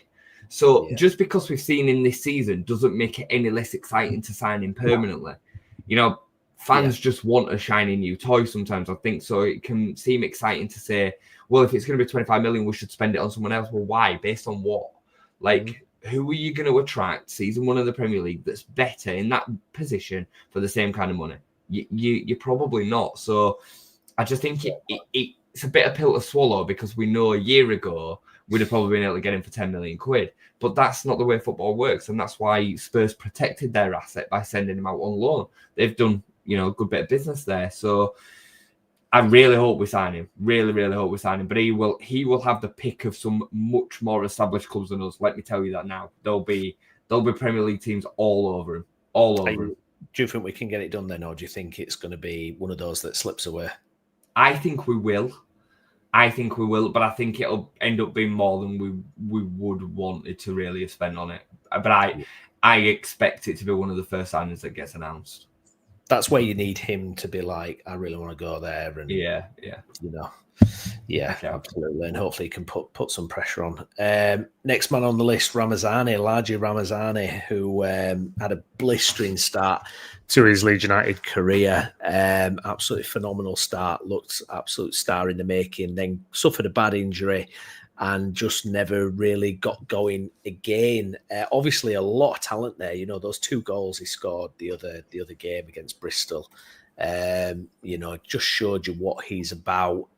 Is he kind of one in that non-tour category, Jason, where it's kind of technical level is for the Premier League? But where do you stand with Large? I mean, I can't necessarily see us selling him just a year from having him. But I mean, what are you picking? Keep, bench, or sell? Bench. Yeah, bench. Like, I think, again, in terms of getting the money back, we would struggle. We're going to certainly struggle to make profit. I think he's got a very high ceiling technically. Can go again on both feet. Just talking about Solomon and the things Solomon can do. I think he's rapid. I think he's a good one to have in the dressing room by all accounts. I think he has got the ceiling to step up to Premier League level eventually. I don't think he's there yet. I wouldn't want to see him starting. I'd be worried if he was our starting winger week in, week out. But I can imagine him being one of them players that every season that goes by, he steps up another level. I think he has got levels to his game. Naturally very, very good going on both feet. He's got a good finish. He's got a good range of passing. I was just worried about the way that his attitude looked when he came back from that injury. It was kind of like he came back from the injury and just expected to be starting over the 2 best wingers in the division. Player in Dan James that's won player of the season and a player on the left that ended up with the second highest G&A in the division in Manor Solomon. He isn't going to play over either of them. So he needed to get his head down a bit like Nonto did and just get on with it. But he showed the attitude that he's definitely been a part of it. And since that kind of ruckus, Schmidt playing over him and all the rest of it, he's come back and he's built back into the team. And funnily enough, he started impacting games again. So great man management. So yeah, bench for me. The final graphic is up here. Bench. Yeah, I'm going to join you with that one. Yeah, bench for me as well. This guy, Jack Harrison. Who's Harrison, Shad? That was just an editing thing that I was trying to change because I had about 7 different files of Jack Harrison. Don't ask why, but yeah, this was the final one. I had to keep changing the name so it didn't save over it. So yeah, Mr. Jack Harrison, there he is in his days for Leeds United. Probably, I can't think of a more unpopular player, prominent player from the Bielsa era than Jack Harrison. You talk about burn bridges, and it certainly feels that way. I don't think it needs a lot of explanation. It's 100% sell for me, and I'm just praying on my knees that Everton want to make this deal final, because he's, by all accounts, has been absolutely awful for Everton mostly as well. Yeah, he won't play another game for Leeds United, mate. There's absolutely no way. And I agree with you. I can't think of any that I would want back less. Even some of the rats, I would want more. Yeah, same. I'd probably want Rasmus in the squad more than I'd want Jack Harrison. And it's crazy that because there was a time where he, was one of our kind of shining lights. I think in the relegation season, if there were a player that were going to keep us up, it was probably him. Wow. And I'm him and Rodrigo, but Rodrigo got injured. Yeah. I'm really, clutching at straws, but he was the player that was making things happen. Hot and cold, Harrison, as everybody called him, was definitely the perfect kind of synopsis of Jack Harrison in his whole Leeds time, even in the Championship. Major confidence issues. One day would feel it, one day wouldn't.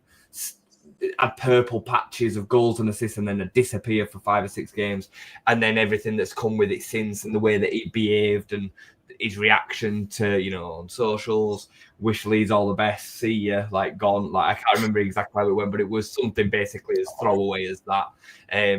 For me, he's an absolute sell. Absolute sell. Yeah. Bye, Jack Harrison. End of the line. Okay, moving on to the strikers now, and we've actually got a few more players in here than you perhaps realise. But we're going to start with the man who started the season, Matteo Joseph, who, pre-season looked red hot, and it just didn't really happen for him. And then he kind of seemed to be having less and less impact every time we saw him. Strong rumours of interest from abroad. Jason, your take on Matteo Joseph, and are you selling, benching, or starting? I'm going to make this one dead simple and just say, if the £12.5 million bid that's on the table is real, I'd be negotiating that at 15 million quid and selling. That is as pretty much, like, as much as I recognise the fact that he's young and he's got time on his hands. For me, again, the PSR conversation and what we need to actually compete in the Premier League, 15 million quid for a player that we paid nothing for would go a long, long way. And I don't see him having the potential to step up to be a Premier League striker. Never, in my opinion. And I know that, scouts that are obviously doing their work in Spain that are looking to take him over to La Liga, we're obviously seeing something different. He's done what he's done at the 21s level for Spain. But what we've seen is miles off it, in my opinion, miles off it. Yeah, I agree. And it is, if that offer is real and if it can be negotiated from there, it's a sell from me as well. Okay, next on the list, we have got Joel Peru. And another kind of enigmatic striker who's had kind of ups and downs with Leeds United. Terrific season though. I mean, top goal scorer in the league. Frustrates some people. They feel maybe his impact's not always felt. What I see with him is someone whose link-up play is really top notch. A great finisher, got the coolness of mind, technically of a Premier League level for me. And it's probably going to shock a few people, is this one. And I don't think a lot of people would agree, but I would actually give him a go, and I'm actually going to go start.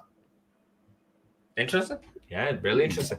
I'm excited to watch him. I'm excited to see what he can do at Premier League level. I think he's got, more levels to his game.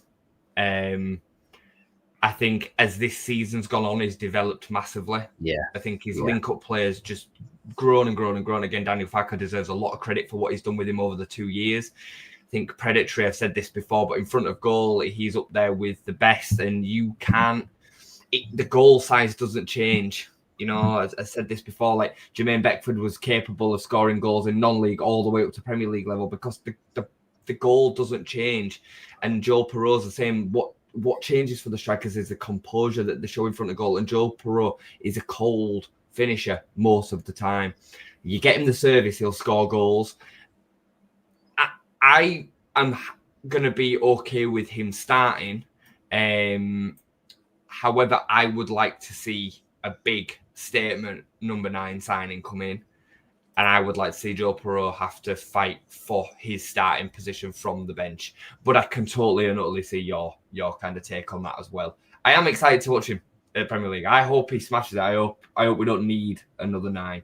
But we need another 9 anyway. So the signing of that 9 it needs to be better than Joe Perreault, really. So with that then in mind, it has to leave Perreault on the bench. But maybe Perreault can, play some games at 10. Maybe there's an angle for that. So, yeah, it's an interesting one. Yeah, absolutely. Next up, Joe Gelhardt, being on loan at Hull. Not kind of sparked into life like I think we all thought it was going to for Joe at Leeds. I think probably, on reflection, maybe slightly overhyped, he had an incredible kind of burst onto the scene for Leeds. I mean, he really did, but I just can't see any world in which he, has an opportunity. I think it's for me, it is time to sell. Yeah, I'd agree. I will also say sell. I do think that there's a player in Joe Gellert, and I think he's shown with sustained game time at Hull that he can make a career at a championship level football. For now, I don't think he'll ever be a Premier League footballer. I don't think he's physical enough or quick enough, and I don't think he understands his position well enough at the moment. And he's still, still moving around positions from 10 to winger to a 9. But I think he'll make a really good championship footballer. Really good championship footballer. Yeah, interesting one. Gavin says here, we paid only 800k, but he's on 35k allegedly. He got a deal in the Premier League, didn't he? That is true from everything I've heard as well, that he will be on Premier League wages again now, which is going to make him difficult to move on. We might have to pay him up. We might have to, sort something out with that. Maybe it's another loan. Maybe we do see another loan for Joe Gellert. Yeah, indeed. Well, what can you say about this guy, Pat Bamford? I mean, notorious. I mean, he's just, what a career he's had, 7 years or so at Leeds, and ups and downs. I mean, it's just all there. And, I think it's kind of, I love the fact that, he's had this kind of swan song. I love the fact that we got to see him at the end of the season. I thought he made vital impacts in a positive way for Leeds at the end of the season. I thought he looked really good, actually. Middlesbrough way. Oh, phenomenal. Yeah. And we all know about the 17 goals in the Premier League season and kind of what happened after that. I think it's absolutely fantastic that it's turned around a little bit. Obviously, I mean, that wonder goal last year. So many kind of memorable moments with Pat. Sometimes good, sometimes not so good. Going into the Premier League, does Patrick Bamford make that squad for going up to the Premier League? Certainly not a starter. But where do you lie on Patrick Bamford's future? Is there a spot on the bench for him, Jay, in your mind? Again, I mean, me and Gavin don't really ever see eye to eye on anything. I'm very much in a domain with certain players that we can't rip it all up. I mean, we've gone through the whole team, Browney, and I think we've got like 5 or 6 starters max, and then 3 or 4 for the bench. So we're trying to be pragmatic with this, or certainly I am. So we're already down to about 11 players. Like, so how many players are we signing? 14? Like, we're not going to do that. So you have to look at what you can potentially do in this season where we are hoping to finish 17th. That is what we're hoping to do, is finish 17th. Patrick Bamford has got another year on his contract. He's going to be on 70 grand a week, and we're going to struggle to move it. I know the Wrexham links have come out again today and all the rest of it. I think that'd actually be a great move for him. If, something can be worked out there, then fine. And that would then make sense for Leeds United in terms of a financial sense. But who do you replace him with? I've already said that we're going to loan out Mateo Joseph. So are we now signing 2 starting number 9s? We're not, are we? We're not going to start, we're not. So I have to say there's going to be an avenue to keep him on the bench, because we're going to need players. We need footballers. And Patrick Bamford has already proven for the last 2 years that he's happy riding the bench. And he'd be even happy riding the bench next year. We need some experience. We need some players that get it. Like, we can't just get rid of them all. So he's proven fitness levels for a period of time now. He's looked good at the back end of this season. I don't think it's the worst take in the world to say that he rides a position on the bench. Fair enough. Digler, he says, if Paddy could put the ball away, he would be Prem quality. He's a seriously good player. Sell or bench at worst. Yeah, and you ain't going to sell him. You ain't going to sell him. Financial aspect, yeah. There's going to be no selling Patrick Bamford. There's going to be paying for him to leave. Yeah. And you get 70 grand a week times by a year. Yeah, you're going to have to just give him the full lot. Because why would he selectively take any less when he can just sit there for the year? Yeah. Unless there's a good option for him to go to Wrexham and he turns to Leeds and says, look, you pay me half of my deal or go to Wrexham for 3. On a free transfer, they're offering me a 3-year deal or whatever. I could see something like that potentially happening on an MLS move or whatever. But, you know, I've said Pat has been done for years and years and years, just like Gavi is saying. But he has proven the back end of this year that he's not. Like, he has got something to offer, certainly at championship level. And like I said, we have to have a squad. What do you want? Do you want Mateo Joseph to go out on loan, Pirro to be the second choice number 9? We sign another one, and then we're looking at Harry Gray in the Premier League at 16. Like, is that what you want? Yeah. Really? Well, speaking of which, he's the last man on the list. I say man. But Harry Gray, prodigious talent. In a lot of quarters, he's meant to be even a more exciting prospect than Archie Gray, who obviously made a big move to Tottenham last year. He is a striker. You know, look, we've seen, you know, years go by, haven't we? These exciting young prospects who kind of, you know, belie their years and are able to kind of make the step up. If he is as good as everybody says he is, could we see a little bit more of Harry Gray than we're expecting? I mean, for me, obviously, I'm not selling him. I'm just no. Selling, no. Start, no. He's 16. So for me, it's bench. It's bench. But before you give your kind of reveal, your final one, you know, are we going to see a little bit more of Gray next year, do you think? I'd be shocked if we saw any more of him than we've seen at the back end of this year, given his tender age, and the promise of spending and, you know, going at it full swing in the Premier League. We don't know how good he is at first team level yet. People are getting excited about him, and absolutely right, they should, but he should be playing at 21's level. You know, he should be playing every week at 21's level, coming into the Leeds bench if we need for injuries, maybe getting an appearance in the Cup. That's where Harry should be at, unless the prestigious talent is just uncontainable, like a Wayne Rooney, like a James Milner when James Milner first came through at Leeds. You know, even, you know, for James Milner was 16 when he hit the scene at Leeds. You instantly saw a Premier League player in him, didn't you? You instantly saw it. So, and we've not been able to see whether that is the case yet with Harry. So maybe after another summer, maybe in pre-season we see that. But I would be going on the lines of bench. I don't even want to see him loan him out, but I don't even really want to see him on the bench. He's 16, play loads of time in the 21s, training with the first team, in and around it, build him up, develop him. We've shown that we can do that with the youngsters, and what an exciting talent to have. But we don't want to be thinking about him as being, you know, like they genuinely, and I think there's probably one in this chat right now that would have him starting games over Patrick Bamford. Like, let's you know, put us big silly boy boots away, you know, like, and let's be real, like, you know, unless he is Wayne Rooney 2.0, then he needs to develop properly, and hopefully he gets to be that level of player. Pop your graphic on then, it's last one. Okay, sorry. Imagine if you come round now, sell, be like, get off. Bench. So, there we go, bench. But that's more 21s.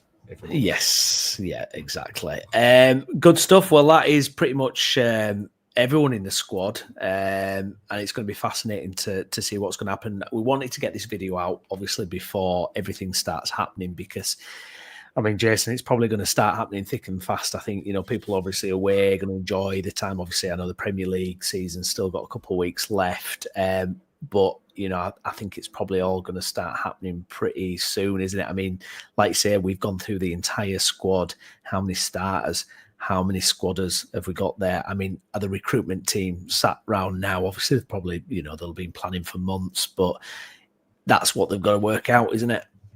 Yeah, I mean, you know, we've really put it to right that I've really tried to be pragmatic, you know, with the likes of Pat and Sam and, you know, a couple of the others. And I literally am still saying that we've only got 5 or 6 starters. That's pretty crazy, really, when you think about it. We have a small squad as it is, and we're looking at then selling, or, you know, selling a lot of the fringe.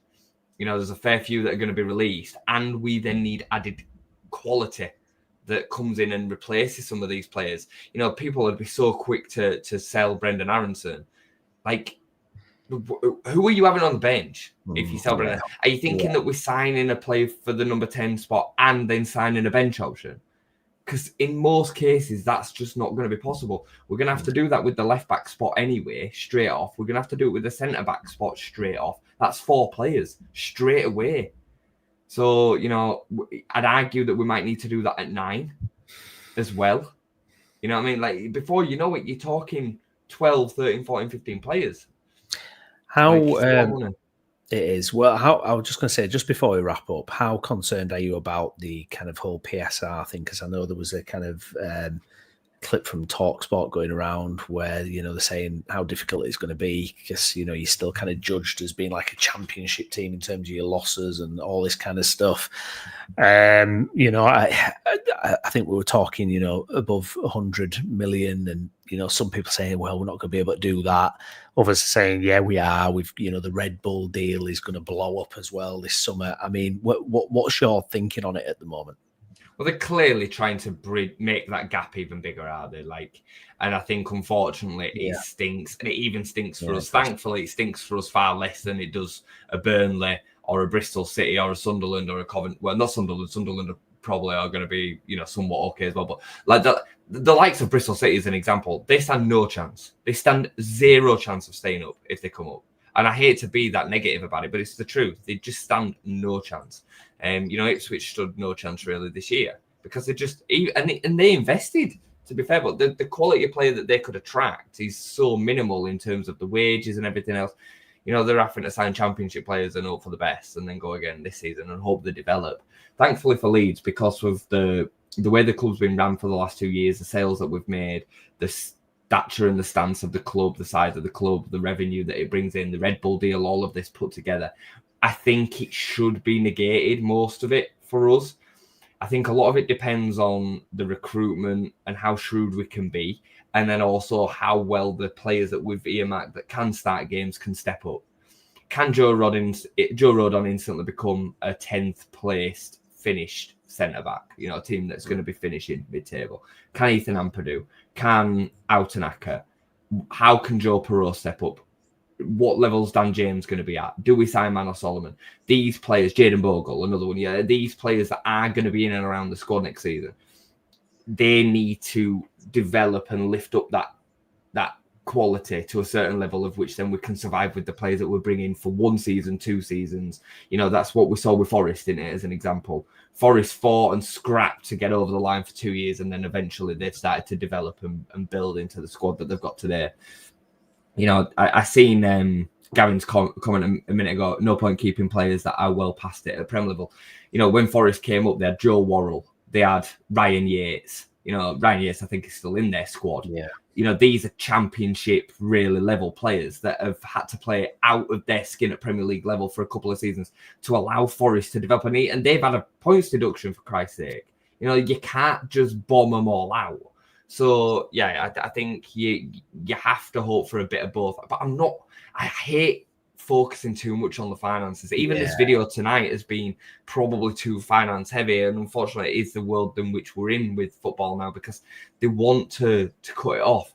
The American owners, all of which we have one ourselves, when we're established, they would cut it off as well. They'd cut relegation and promotion off.